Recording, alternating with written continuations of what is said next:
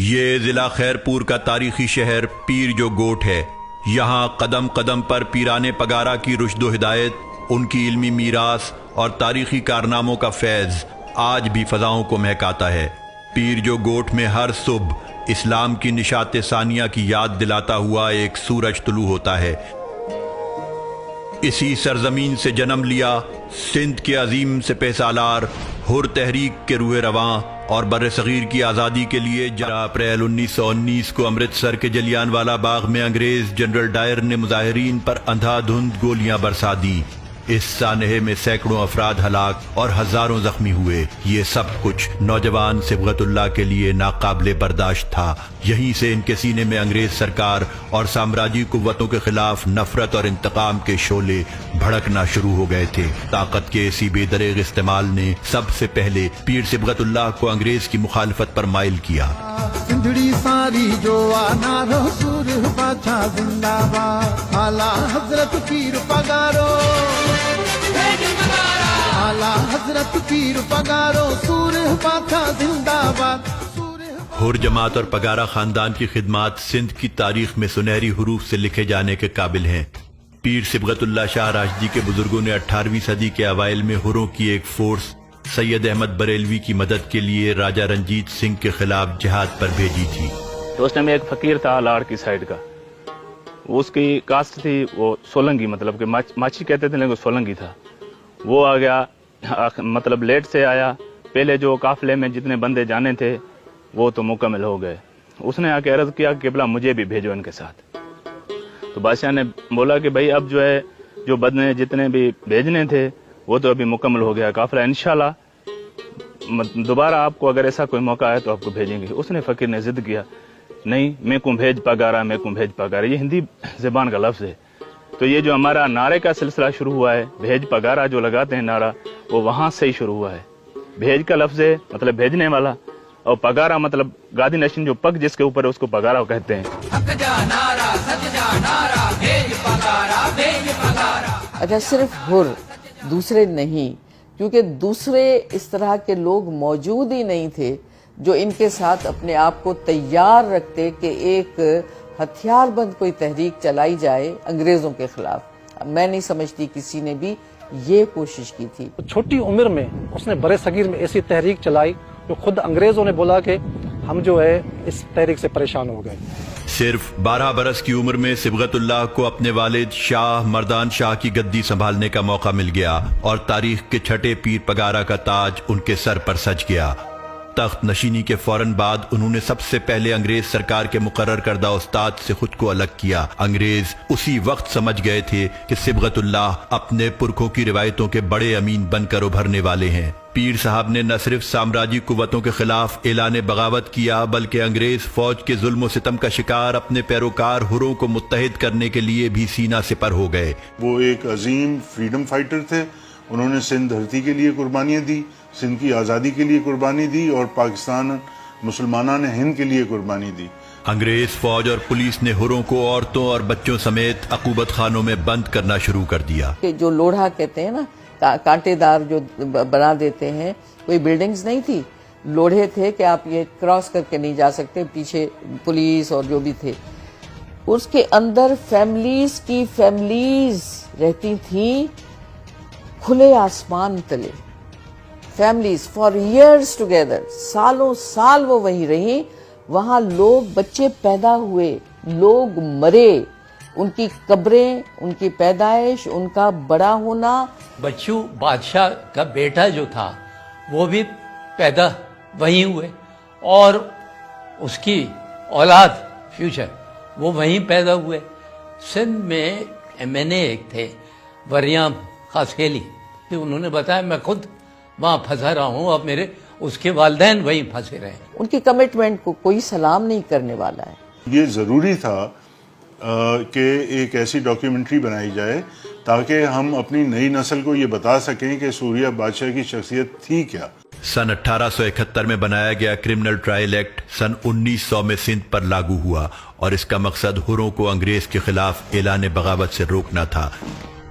یہ قانون سن 1957 تک حروں پر لاگو رہا. تاہم سن 1941 سے 1946 تک ہروں کے خلاف انگریز سامراج نے سن 1942 میں سندھ اسمبلی سے اجلت میں پاس کروائے گئے ہر سیپرنس ایکٹ سمیت بے شمار کالے قانون نافذ کر کے ہروں کے لیے زندگی کی راہیں مسدود کیے رکھی۔ ہم جب برِ صغیر میں جو تحریکیں چلی ہیں اس پہ جو لٹریچر دیکھا ہے یا اس پہ جو ویڈیوز بنی ہیں، ڈاکیومنٹریز بنی ہیں، فلمیں بنی ہیں، وہ کام ہر تحریک پہ نہیں ہوا۔ وہ کیوں نہیں ہوا یہ آج تک ہمیں بات سمجھ میں نہیں آئی۔ جیسے انگریزوں نے سازشیں کی سوریہ بادشاہ کے خلاف اور ان کو پھانسی کی سزا دی، اسی طریقے سے پاکستان بننے کے بعد قائد اعظم کی رحلت کے بعد بھی سازشیں ہوتی رہیں اور تاریخ کو مسخ کیا گیا۔ جون سن 1942 سے مئی سن 1943 تک مارشل لا بھی لاگو رہا۔ ان تمام قوانین کو ڈیفنس آف انڈیا رولز کے ساتھ نتھی کر کے ہروں پر مظالم کے پہاڑ توڑے جاتے رہے اور انہیں غلامی سے آزادی کے نعروں کی پاداش میں جرائم پیشہ قرار دیا جاتا رہا۔ برٹش مارشل لا کے دور میں ہروں کو دیکھتے ہی گولی مار دینے کے احکامات تھے۔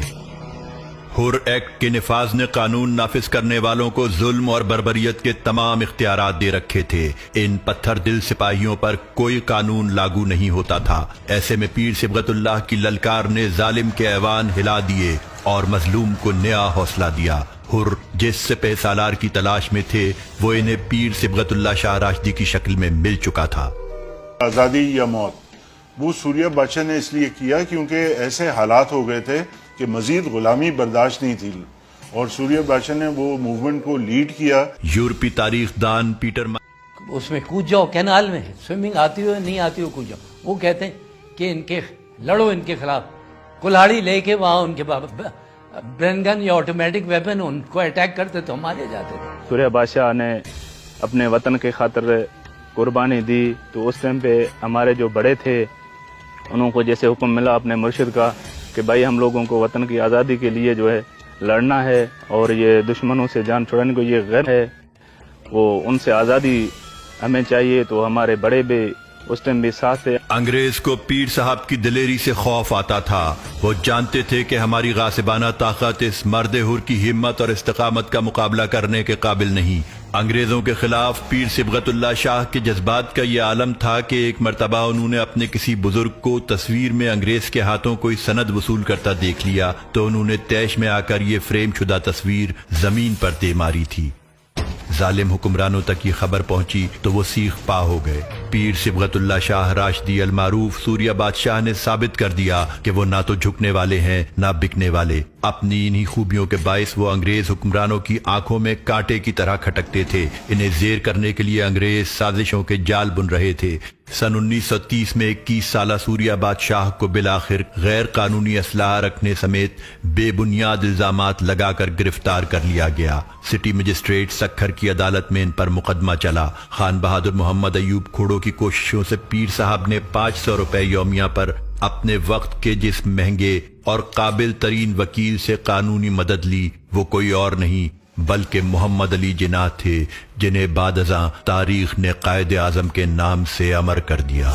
اس مقدمے میں محمد علی جناح کی معاونت ایڈوکیٹ موتی رام اڈوانی نے کی۔ مجسٹریٹ کو حکم تھا کہ ملزم کو اس کے وکلاء سے بھی نہ ملنے دیا جائے۔ مجسٹریٹ نے یک طرفہ کارروائی کرتے ہوئے پیر صبغت اللہ کو غیر قانونی اسلحے اور اغوا جیسے جھوٹے الزامات کی پاداش میں 10 سال قید کی سزا سنا دی۔ ایک کیس بنا کے اس نے ایک لڑکے کو پیٹی میں بند کر کے رکھا ہے۔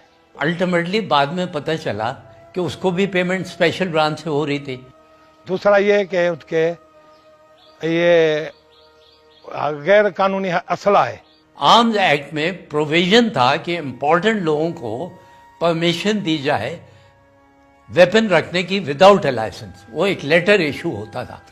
تو پیر صبغت اللہ شاہ کو بھی 10-12 لائسنس 10-12 ویپنز کا اس طرح سے لیٹرز ملے تھے۔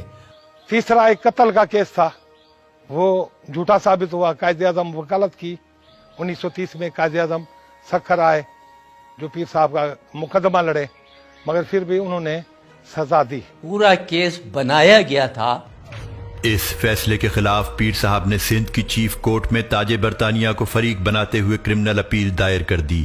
عدالت نے ان کی سزا کو 10 سال سے کم کر کے 7 سال تک محدود کر دیا۔ محمد ایوب کھوڑو اس غاصبانہ فیصلے کے خلاف سندھ کے کمشنر جارج تھامس سے بھی ملے، مگر بے سود۔ انگریز پیر صاحب کی حمایت میں کچھ سننے کو تیار نہ تھا۔ سن 1942 کی ہر تحریک پر گہری نظر رکھنے والے اس وقت کے ایک ایماندار سرکاری افسر میجر جنرل ریٹائرڈ وصال محمد اپنے مضمون میں رقم تراز ہیں کہ اس وقت کی بیوروکریسی میں افسران کی اکثریت پیر صبغت اللہ شاہ راجدی کے موقف کی خاموش حامی تھی، مگر انگریزوں کے وفادار کچھ افسران پیر صبغت اللہ کے خلاف انگریزوں کے پٹھو بن چکے تھے۔ شاید یہی وجہ تھی کہ کوئی ثبوت دستیاب نہ ہونے کے باوجود عدالت نے سزا کا حکم برقرار رکھا۔ ظالم حکمران پابند سلاسل پیر صبغت اللہ کی عوامی مقبولیت اور عوام میں ان کے اثر و رسوخ سے اس حد تک خوفزدہ تھے کہ انہوں نے پیر صاحب کو سندھ کی جیلوں میں رکھنا تک مناسب نہ سمجھا۔ اپنے اہل خانہ، مریدوں اور دیگر ملاقاتیوں سے دور انہیں ڈھاکہ، رت نگری، راجشاہی اور میدنا پور کی جیلوں میں منتقل کیا جاتا رہا۔ یہ سب اپنے موقف سے ایک قدم پیچھے نہ ہٹنے والے اس مرد آہن کو قابو کرنے کے لیے کیا جا رہا تھا، مگر پیر صبغت اللہ شاہ راجدی سوریہ بادشاہ عہد کر چکے تھے کہ سندھ دھرتی سے انگریز کے سیاہ راج کا خاتمہ ہی ان کا مشن ہے۔ اپنے رہنما کی رہائی کے لیے ہروں نے سرکاری دفاتر کے باہر پرامن مظاہروں، دھرنے اور بھوک ہڑتال کا سلسلہ شروع کر دیا۔ جیل میں بھی پیر صاحب پر سرکاری مظالم جاری رہے، یہاں تک کہ انہیں اپنی آواز ایوانوں تک پہنچانے کے لیے 8 روز تک بھوک ہڑتال کرنا پڑی۔ بالآخر ایک سیشن جج نے جیل کا دورہ کیا اور فیصلہ کیا کہ پیر صاحب نے جیل میں کسی قانون کی خلاف ورزی نہیں کی ہے۔ یہ جج پیر صاحب کی بھوک ہڑتال ختم کروانے میں بھی کامیاب ہو گیا۔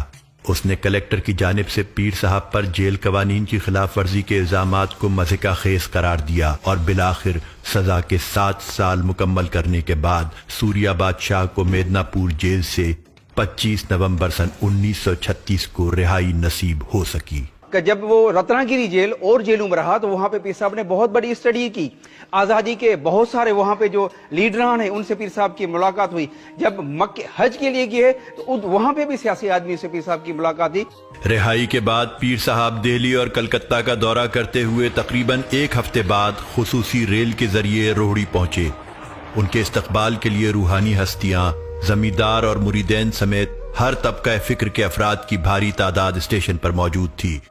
اس وقت کے گورنر سندھ سر لینس لارڈ گریہم نے ایک بار پھر پیر صاحب کو اپنے موقف سے ہٹانے کے لیے خیر سگالی کے پیغامات بھیجنا شروع کر دیے، مگر 7 سال تک قید و بند کی صعوبتیں برداشت کرتے ہوئے پیر صبغت اللہ شاہ بر صغیر کی سیاست اور انگریز کی ریشہ دوانیوں کو خوب اچھی طرح بھاپ چکے تھے۔ مسلم لیگ، کانگریس اور انگریز کی سوچ کے دھاروں سے وہ